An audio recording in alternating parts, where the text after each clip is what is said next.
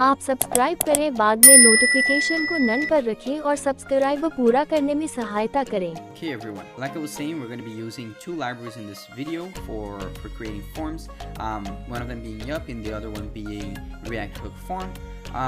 I mentioned in the beginning of the course I was going to be using Formic in order to make forms in this course, but I decided to use React Hook Form instead to replace, because I feel like it is the one that I'm using most nowadays if I'm going to create forms in a website, and I feel like it would be the best to explain based on how this course is going. So if you're interested, I also have videos using other libraries, but I feel like you would like React Hook Form because it's pretty simple. So over here, I just have a very simple app. As you can see, we have our app component, which just calls a single component called form. And a form, as many of you might know, is just a set, like a group of inputs that you have in your website, which it's used to get data from the user. So over here I have a simple form, which is the one we're going to be using in this video, which it has a set of different informations that it basically wants from the user, and it also has a button down at the bottom. You can see the form like this. We have one for asking for the user's full name, one asking for the user's email, one for the age, one for the password, and one to confirm the password, right? And then they have a button here at the bottom that for now basically doesn't do anything. But what we want to do is be able to control what we can write on these inputs. So for example, you can see that for the age I'm writing a text, right, not a number. So that if I try to submit with this, it should give us an error and not actually submit the data. It should actually error to the user first, because that will prevent us from sending incorrect data when submitting a form. Then we have passwords. For example, I want to check to see if this password is the same as this one and display an error if that is the case. Now, you get what I mean, right? We're just validating how this form is written before we actually submit the form. So how exactly would we do this? Well, let's start by installing the two packages that we're going to be using in this video. The first one is the React Hook Form, and you just write npm install React Hook Form just like this. The second one is Yup, which I'll explain the distinction between both of them and why that you need both of them.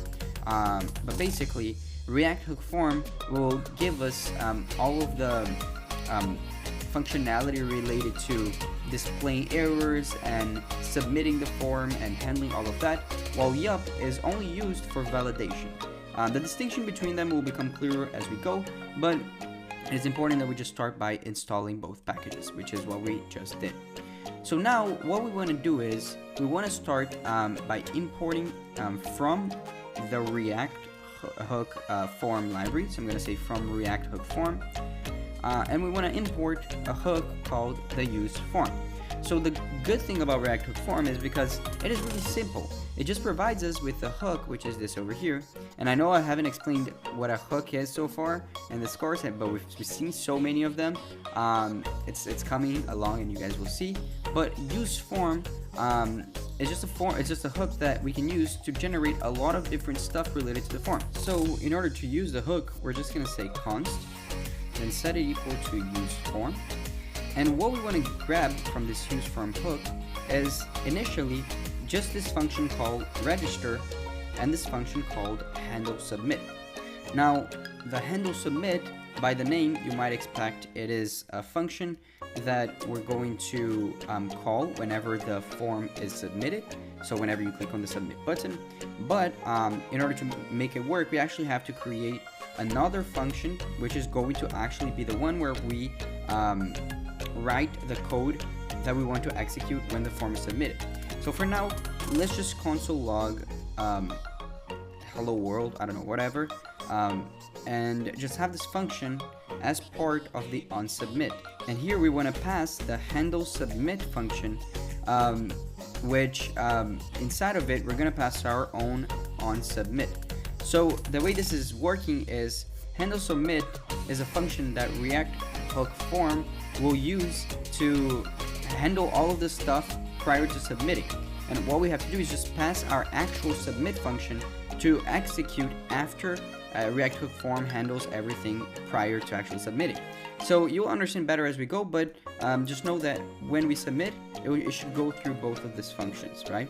So now we have this register thing over here. And what exactly is this register? So think about it as just a way to insert an input inside of a form to be part of this whole validation that we're creating with React Hook Form and Yup. So this register function is used in each of these inputs to tell React Hook Form which inputs should be part of this validation. So we have all of these inputs, and the way we are going to register one of them is by just opening and closing curly braces like this, putting 3 dots, and just putting register. And inside of here, we just have to pass in a name to identify this field. So what would this be? Well, think about it this way. All of the data we get back from this form will be in a format of an object, right? So if the user types in Pedro as a full name, then we would probably want to get back an object that includes something like full name is equal to Pedro, right? And there's also an email, so we would probably want the form to be email equals to pedro@gmail. You know what I mean, right? So we're getting all of this back as an object. And what determines the field or the key for each of the inputs when we get back in the object is this register function over here. So what we put over here is going to be the name, almost like as if we were passing in the name property that you might have in an input.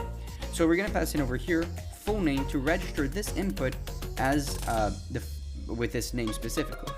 Now we're going to do the exact same thing with all of the other inputs we have, and we're obviously going to change a little bit. So this one will be the email one, this one will be the age one, this one will be the password one, and this one will be the confirm password. Now we have registered all of our inputs, which is pretty good, right?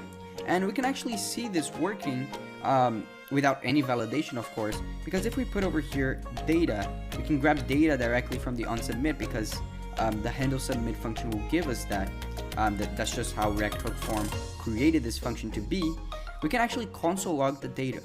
So you'll see that it will console log the data. So I'll actually open this up and open our console. You'll see that it will work because we currently have no validation in place. But I'm gonna type all of this, click submit, and you'll see that we'll get that object with the correct keys, because that's how we wrote them, right? Meaning that React Hook Form is working, but we just haven't implemented yet all of the validation and error handling that we want to create, right? But it's working, which is amazing. So now what we want to do is we want to start creating the validation.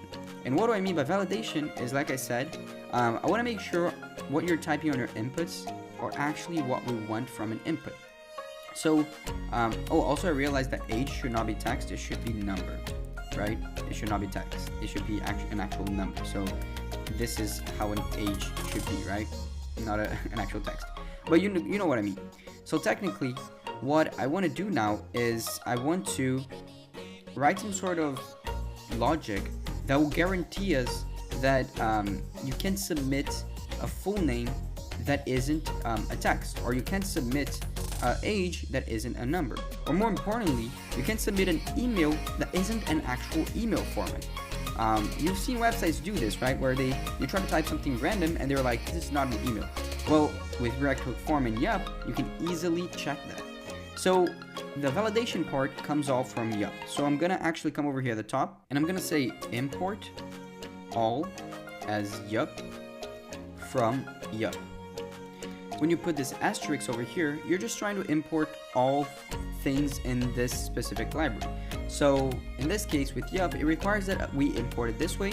So I would just check the documentation for the library you want to import, and they will tell you how you should be importing it. But this is how you do it for Yup. So when we say import all as Yup, we want to use this Yup variable to generate a shape of how our form should look like. So what we're going to do is we're going to say const over here, and we're going to create what is known as a schema. A schema for validation is just a name used for shaping how our data should look like, right? And then we're going to set this equal to Yup. And with Yup, we get a bunch of stuff that we can use it, right? So for example, we can use something called an object.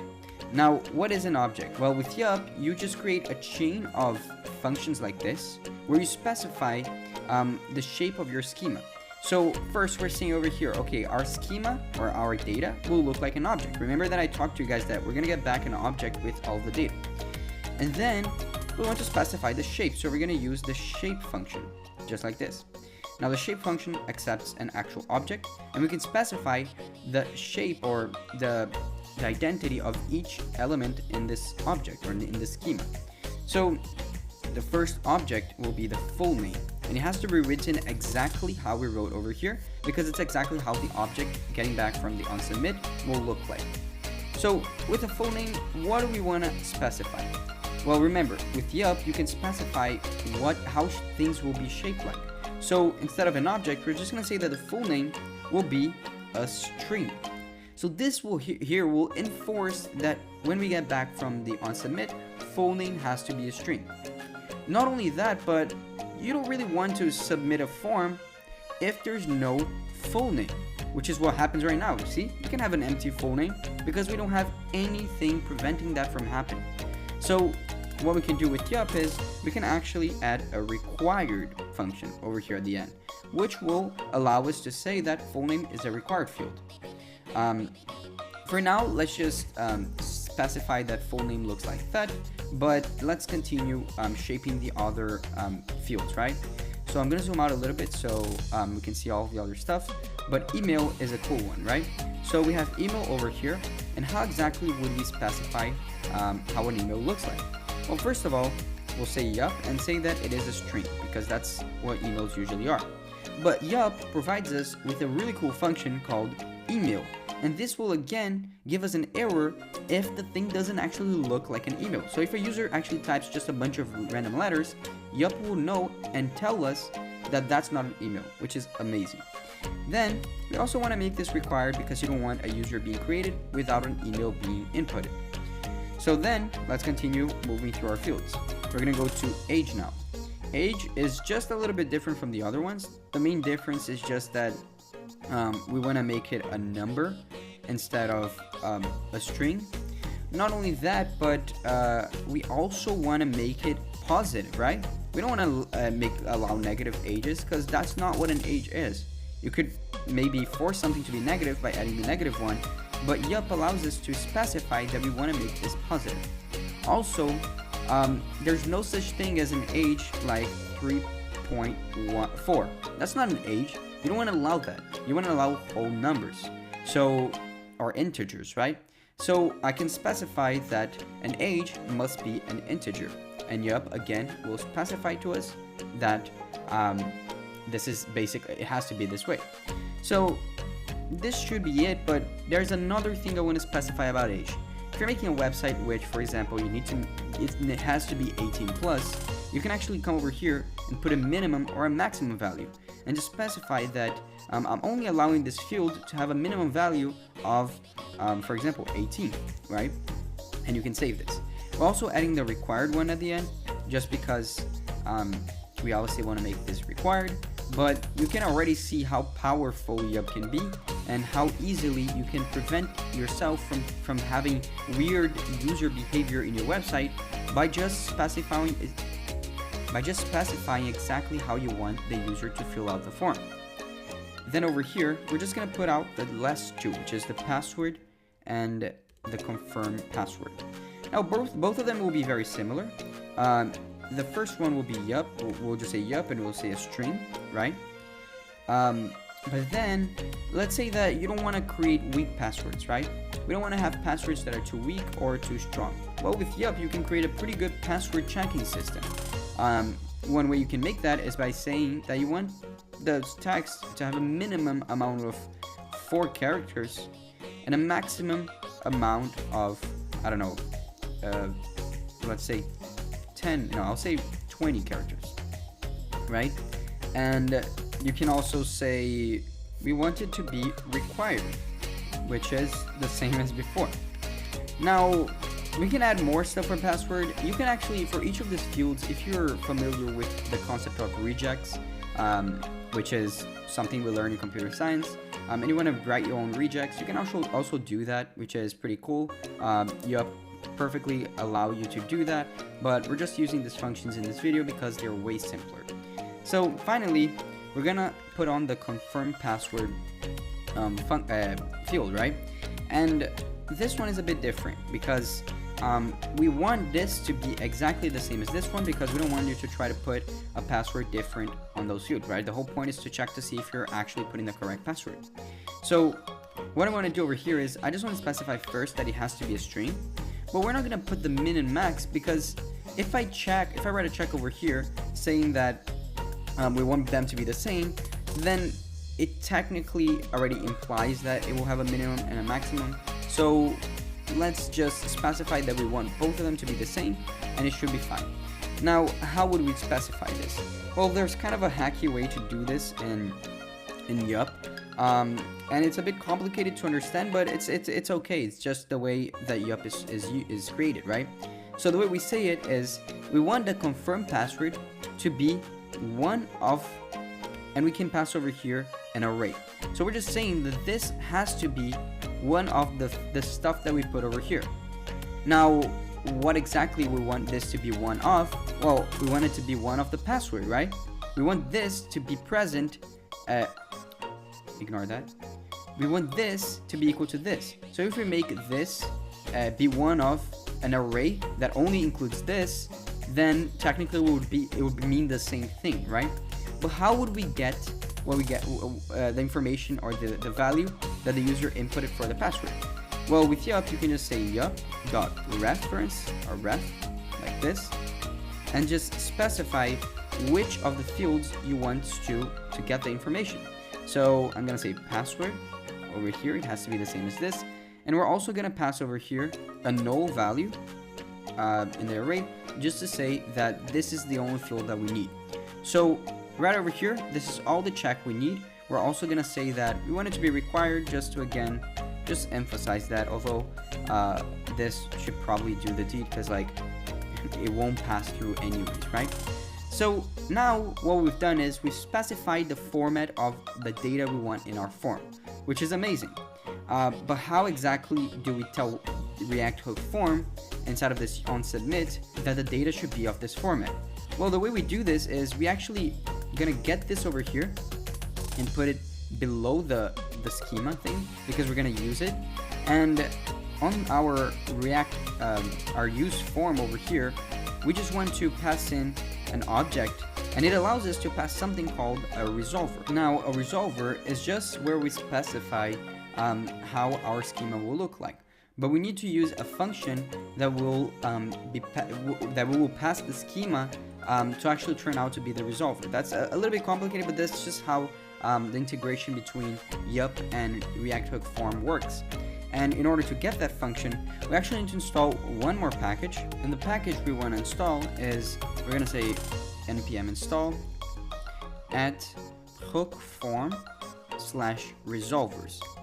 Now, this package will give us a function, like I said, that will help us with the integration between the two libraries Yup and React Hook form. And to import that function, we're just going to say import from at hook forms /resolvers /Yup. So this will give us a lot of functions for a lot of different libraries. These are all the libraries I think React Hook form has an integration with or is compatible with. But the one we really want is Yup, because it's the one we're using, right? So over here, we can just import what is known as the Yup resolver, and we just set the resolver of the use form to be equal to Yup resolver schema inside of it. So this, we're just telling React Hook form finally that this should be the format of our form. And this is great. It means it should be working. And you'll see that now, if I come to my Google Chrome over here, and I try to submit this form without the full name, right, it will actually not work, no matter how many times I click. If I try to put something over here, it will still not work, because we're still not fulfilling the form. Well, let's think about it. What are we doing wrong? First of all, this is not an email. Let's just write here something that looks like an email, such as email at gmail.com, right? This kind of looks like an email. Will it work? No, because 3 is less than 18, which is a requirement we made for age. So let's go to 19, right? Now it should be working. Well, no, because now the passwords are not the same. So let's make the passwords the same. I'm just gonna write same, the word same for the password, and the same word, right? This is actually confusing. I'm just gonna write Nick and Nick. I don't know why I chose that name as a password, but yeah. So now it looks like our form is actually correct, right? We have this word over here. I can even write Pedro to make more sense, but we have a name that looks like a name, an email that looks like an email, an age that looks like an age and also is above our required age, and we have a password that is the same on both fields and also fulfill our requirement of being at least 4 characters long. So let's click on this button and you'll see that finally it passes through, right? If I were to make this 1 character less, you'll see it won't pass. And if I were to make this the same character as before, but one be different than the other, it would also not pass. So all of our checks are working perfectly, and you can see how this can be really nice because you're not sending wrong data to the backend. Does this mean you shouldn't validate your data in the backend? Well, no, that's something for another video or some sort of backend course that I make in the future, but you should be validating your data on both the front end and the backend. But this is how you would do it in the front end by using something like React Hook Form and Yup. Now you might be wondering, okay, it's not submitting, but the user experience isn't pretty good because we're not seeing any UI changing. We're not seeing any display that we actually have an error in our form. So that's what we're going to be working on right now. Okay, so how exactly are we going to write down the errors, right? So it's actually pretty easy. With React Hook Form, they actually have something called the form state, which is just the state of the form, which is obvious, but yeah, you get what I mean. And you can actually grab from the form state all of the errors that you can get from it, right? All the errors that are currently being handled from Yup. So this over here should be an object containing each of the fields in the form and their potential errors, right? So I could come over here and I could create, for example, a p tag right below the full name input, and I can say that we're going to display the errors, which is what we're getting from the use form hook, dot, and then we put full name, and it has to be written exactly how it's written over here. And then if that has an error, then we have to put a question mark because remember, this might not have an error, but if it has, then we want to read the message. Now let's check to see if this is going to be displayed. Well, you see, at least right now, there's a space for a potential error. We can fix that in the UI if you want to, but let's try submitting this without a full name. You'll see that it immediately shows that full name is a required field. Now this error message looks kind of ugly, right? Because it just looks, it's the worst thing I've ever seen in my life. We want to give something more that looks more real, that doesn't look like code. So you can actually specify the error message in Yup by coming over here and saying, okay, if it fails on the required part, which is what it's failing right now because we didn't type anything, then the error message will look like this: full name, or something like your full name is required, something like this. And now you'll see that if I try again, the message is different because now we specify the message we wanted. Also, I don't know why, but I like when forms like with errors have actual are kind of red. So you could actually specify the color by going to your CSS and just adding some sort of color to all of the error messages, right? For me, I'm just gonna use the p tag to specify, but obviously maybe give it a class name or something like that. But you can see that now it kind of looks like an error, right? So let's add more more errors to all of the other stuff, right? So we're gonna do one for the email and one for the age and obviously one for the password and one for the confirm password. And we gotta change the field for all of them because they are different now. So the email will say email, age will say age, and same goes to password and confirm password. Now let's test to see how this looks. Obviously it's failing everything, but let's refresh the page and let's type something. I'm gonna put my full name over here, and now let's type an email such as I don't know, tech@gmail.com. Then let's type some age. Remember, it has to be over 18, so let's actually fake it and put 15. Then we'll go to password and let's write a correct password. The password will literally be password to make it less confusing, and I'm gonna actually put the correct one over here as well. So let's see if this will fail. Well, obviously it should fail because 15 over here is not the correct age, and you'll see that this is the only one that actually like is displayed. Now let's make this 18, and you'll see it automatically, when you fix it, it automatically stops displaying the actual error. If I go down, it will trigger again and it will say, well, it has to be 18, so go up, right? So let's try it again, but let's make the passwords not be equal. You'll see confirm password must be one of the following values. This isn't a bad error message because it doesn't explain a lot. So let's actually change that. So when we say over here that one auth has to be of the type password, we're saying that we want them to be the same. So to specify the error message over here, we can just come and say passwords don't match, and this would be our error message. So instead of just putting directly, because you can see we already have an argument to this function, the error message will come on the second one if this is the case, differently from the error message in the requirement. Now we can check that, but you can see it restarted our form. So I'm just gonna fill it out real quick and I'll be back in a second. Okay, so now I just filled that out again, and you can see that we still have one less character here, so they're not matching. And you'll see that now our error message is the one we specified, which is good. So now let's test to see if this is working, if we actually have the correct data. You'll see that if I click on submit, it will submit the form, and that's amazing because it means it is working, it's validating everything. Now I'm not going to continue with the video just specifying more, but you could go around and put error messages on each of these functions to make your thing look cooler. You can also make the form look better. My point is not to make a good CSS for this video, it's just to show you guys how to actually make forms work in React. And I really think using these two libraries really help you a lot. It makes the job a lot easier than it normally would be. So if you enjoyed this video, please leave a like down below and comment what you want to see next. Subscribe because I'm posting twice a week and I would massively appreciate it. I'm really enjoying this course, so if you want to check out the code, it will all be in the description. And yeah, that's basically it. Really hope you guys enjoyed it, and I see you guys